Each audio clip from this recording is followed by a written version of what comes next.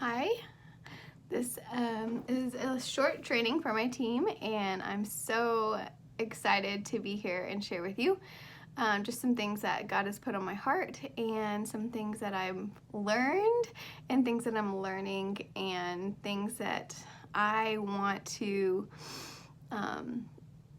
do so that my team can duplicate if it fits them and if it blesses them. And so the first thing I'm going to start with is from a book called Leadershift by John C. Maxwell, which is a book I've been reading or listening to for quite a while. I get stuck on chapters and I just have to soak in on certain things. And so this has been one of those things.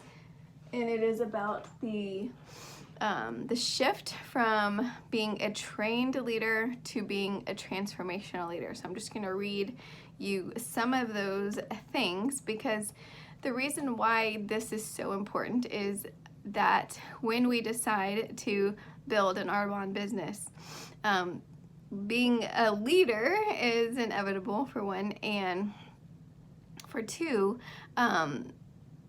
as we grow and grow our businesses and grow ourselves, like, people are watching us. So it's important for us to understand about leadership and the impact that it has potentially, especially with this shift from trained to transformational leader, and just so many other things that he talks about. But right now, that's what I'm going to share with you, along with some other things. I'm so excited that you're listening to this training, because I really wanted you to.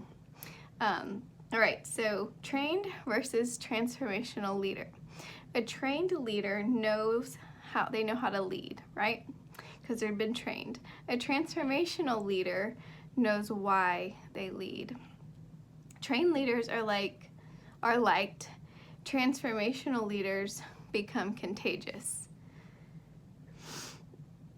Trained leaders influence today. Transformational leaders influence today and tomorrow. Trained leaders ask people to follow. Transformational leaders ask people to make a difference. Trained leaders love to lead. Transformational leaders love the people they lead. Let me see if I can change this around a little bit. Trained leaders are trained. Transformational leaders are trained and transformed. Trained leaders help people. Transformational leaders have a calling. Trained leaders have an impact on few. Transformational leaders have an impact on many. So 5 actions that are common to transformational leaders that we should be aware of if we desire to make the shift from being a trained leader to a transformational leader. And on top of that, I highly recommend this book, Leadershift, because this is just one shift that he talks about of I don't know how many. So transformational possess a clear picture of, if we want to make this shift, we need to possess a clear picture of what transformational leaders do. So transformational leaders see things that others do not see. They see a problem, and they are thinking beyond that problem, where trained leaders are seeing a problem and they're shaking their head. They see adversity and they throw up their hands in the air and they look at the challenge and ask why. They're not looking for a solution, they're just venting frustration. That's what a trained leader does. A transformational leader asks why not? Because they have a mission. They see things others don't see.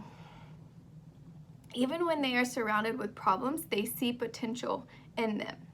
They believe there is always a solution, and that belief creates anticipation, not desperation in the darkest hours. So seeing something that others don't see is part of being a transformational leader, and it brings anticipation versus desperation when there's darkness.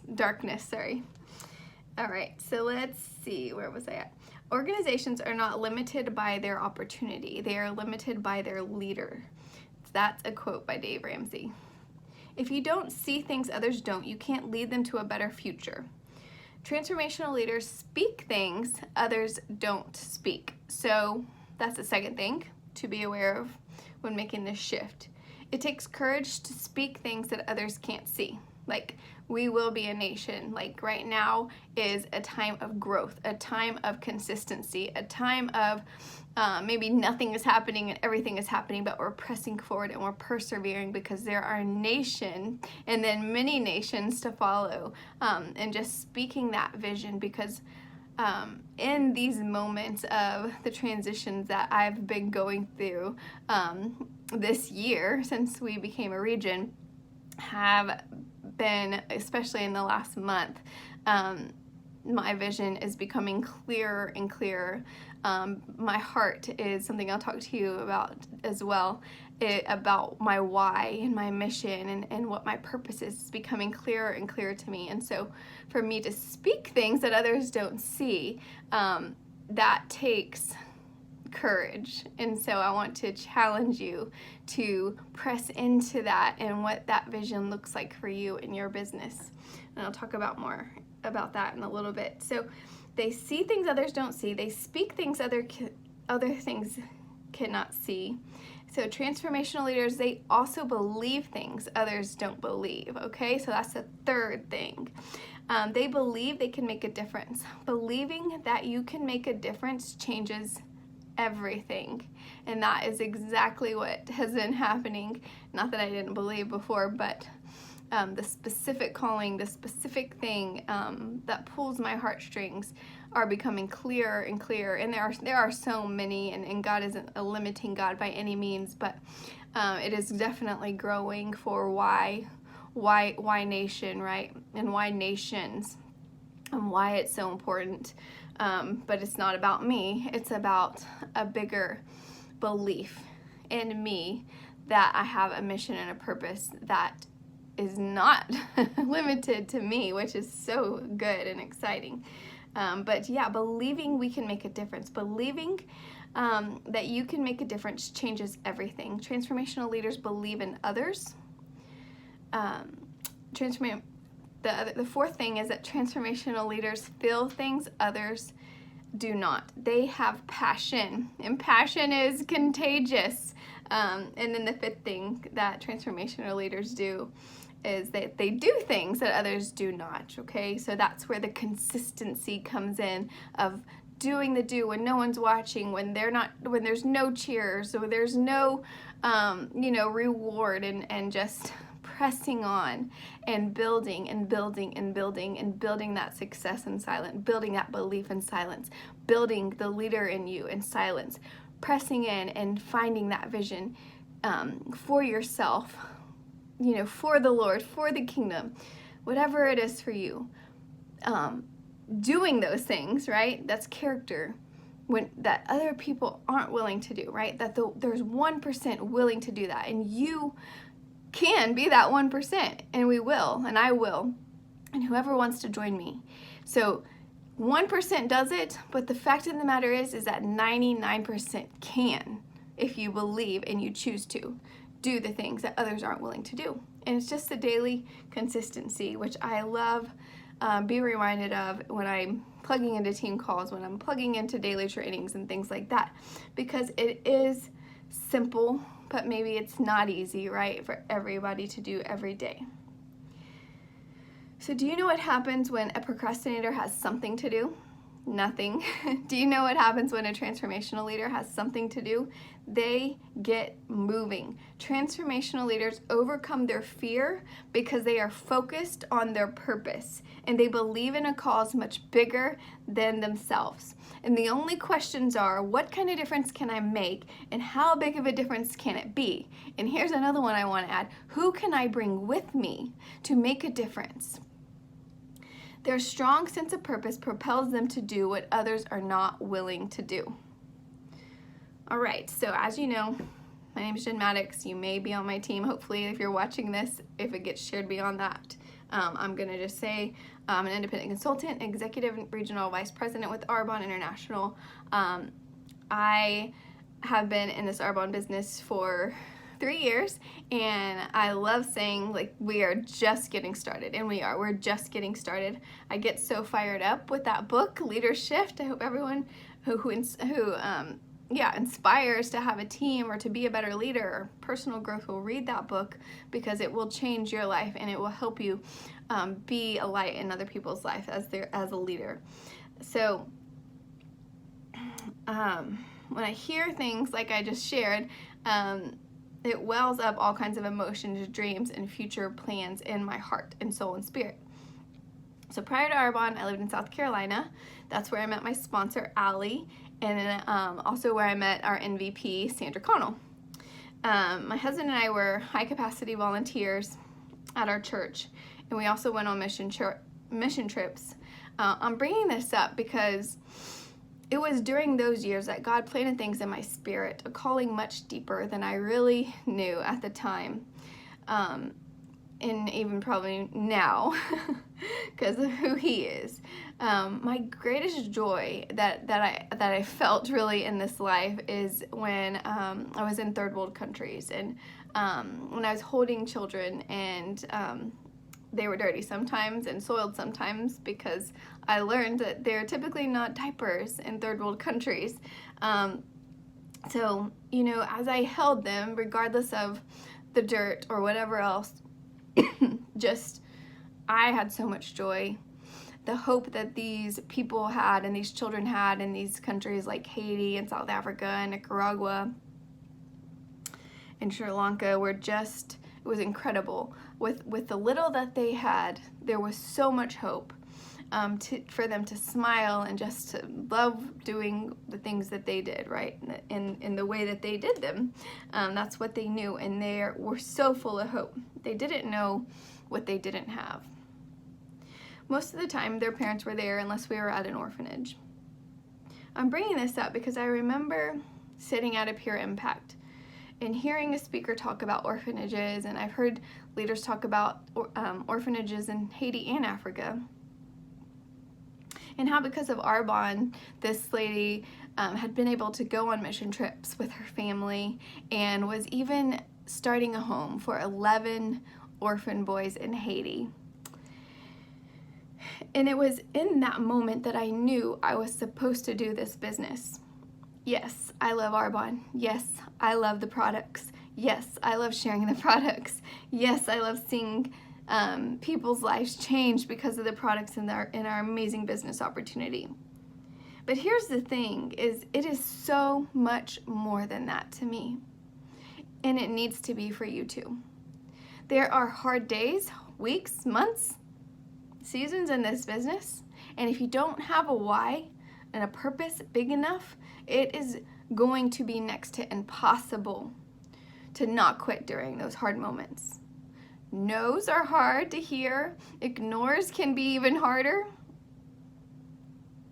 But I can almost promise you, people will most likely come around. I have had it happen so many times, and I know it will continue to.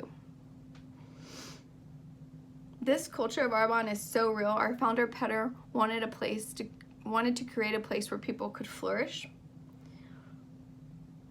And he didn't want that to stop with us.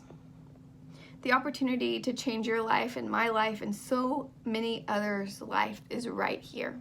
We hold it in our hands. And what will you do with it? What will I do with it? I just want to encourage you to dream big, because you are limitless. Your purpose is specific to you. And when you press in and you discover it, like Bethany Jones said on our Win Like a Champion retreat in June, she said, listen to the nudges. And I loved that. I loved that I was at an Arbonne retreat and I was told to basically listen. For me, that nudge is from the Holy Spirit, that nudge is from God. Those things are placed and planted in my heart for Him and because of Him. And for her to say, listen to the nudges and be coachable and do the things that that our leaders tell you, because for me, I see transformational leaders all around us, like Sandra and Melanie and Bethany, and just hearing on our team huddles If you are on our team, you know what I'm talking about. Just leaders who are passionate about making a difference. And the beauty is that you will see it in your life too. And that is my desire, and I know so many other leaders, whether you're on their team or not, is what they want for you. And it truly becomes a blessing, this business, when we stop holding it to ourselves and we start giving it away. So in this season right now, I just want to end with this. And I'm saying a lot of different things, so I hope you're still hanging in here with me. I've been brought back recently to basically some things I've done wrong, some things I've let go by the wayside, some things that I need to be better at if I want to go forward. I heard God specifically say some things to me that I needed to work on to go nation before we went nation, because they say you grow through into the next level, right? Or to the next promotion, I like to say. So I was brought back to this book about building a discipling culture by Mike Breen. It was a book that kind of circulated around our church in Charleston, and it was there was a bunch of shapes, and every shape basically was brought around to scripture, and had basically told us something to do, or something valuable, right? So this shape, whatever, it doesn't matter what the shape is. But what it was about is that we were created, for one, we were created to be human beings and not human doings. And so I'm working on being more, right, and doing less. And I'll explain that in a minute too. But working from our rest instead of resting from our work. So our American culture is work all day, and then on the weekend rest for our work. Rest from our work. But in fact, if we would entertain an idea of changing that around to work from our rest. So just in a perfect world, or maybe you do this, I know I try to, is get up in the morning, have a little prayer time, have a little book time. Some call it the miracle hour, the power hour, or something like that. There's even a book on it, I guess. I haven't read that, but starting your day off with positivity, the word, prayer, journaling, maybe even exercise, and so from that time, resting with the Lord, working that day from that, right? Instead of working, now I'm going to rest from my work. No, working from our rest. So there's that. And then let's go back to the Genesis 1, the creation of the world. God made the light, and then he made the sea, and then he made the sea animals and the birds in the air and things that crawl. And then he made man. I know, probably got that all mixed up. That's okay. Stick with me. So man was created on day 6. And so what happened on day 7? Day 7 was, God said it was all good and it's time to rest. Man's first day on earth was a day of rest. And so that's what I learned from that discipling book on that specific chapter that talked about working from our rest instead of resting from our work. And so basically takes you to resting at the beginning of your week and having that Sabbath and sitting still. It looks different for everybody. Some people find cleaning restful. Some people find folding laundry restful. Some people find taking a nap restful. Some people find painting restful. Some people find going to the park restful, being in nature, so don't take it literal, because you are you and I am me. So finding that 24 hours in the week to rest. And I used to do this pretty well. And I, not just Arbonne, but just moving to Texas, and just my life just kind of changed. Being closer to family, having stuff like that to do, and just really, so got away from that. And so God brought me back to that, and not really convicted me, but maybe convicted me. Yeah, not condemned me for sure, but definitely convicted me, and just getting better at resting, because then I can work better as I rest more with him. And the other thing that he showed me is that is not sustainable. And so something that I heard on, I think Hannah Doogie, whatever, her SoundCloud last week was that everything that you do, your team does. And I'm like, oh my gosh, like after the Win Like a Champion retreat, and this was from Bethany Jones as well, is that I've been praying for peaceful promotions. And so this went along with that peaceful promotion piece, where that if I am having as healthy as I can, not perfect, there's gonna be seasons, or not seasons, like maybe a couple of months or 2 or 3 months where we kick it into high gear and we go nation, right? But being able to remember where we really work from, and that is from our rest. For me, it is resting with God and prayer, and knowing where that power comes from, right? For me. So that is one thing that, and for me personally, as a leader, if you're on my team, that I want to duplicate, I guess, or, just be an example for. And anyway, I could talk more about the work from rest. I taught on it a lot, and it's really good. You can do it. You can have a restful weekend in a month. You can have, a restful in the vacation for your year. So, you can take it through and just have a very balanced life that way, the way we were created, I feel like. And so not that for now, I don't feel like I need to have business hours. I'm always going to be available to my team. And, it's more about what I've prayed through even today, is the pressure that I put on myself of, you didn't do enough, right? You didn't do enough. And so in that 24 hours, like, I will still probably post. It doesn't necessarily have to be about Arbonne during that time, but it might be. I'm not putting those things on myself. If my team needs something, God, I love you. And if it's not even about Arbonne, a lot of y'all text me about other things, like, I'm going to answer.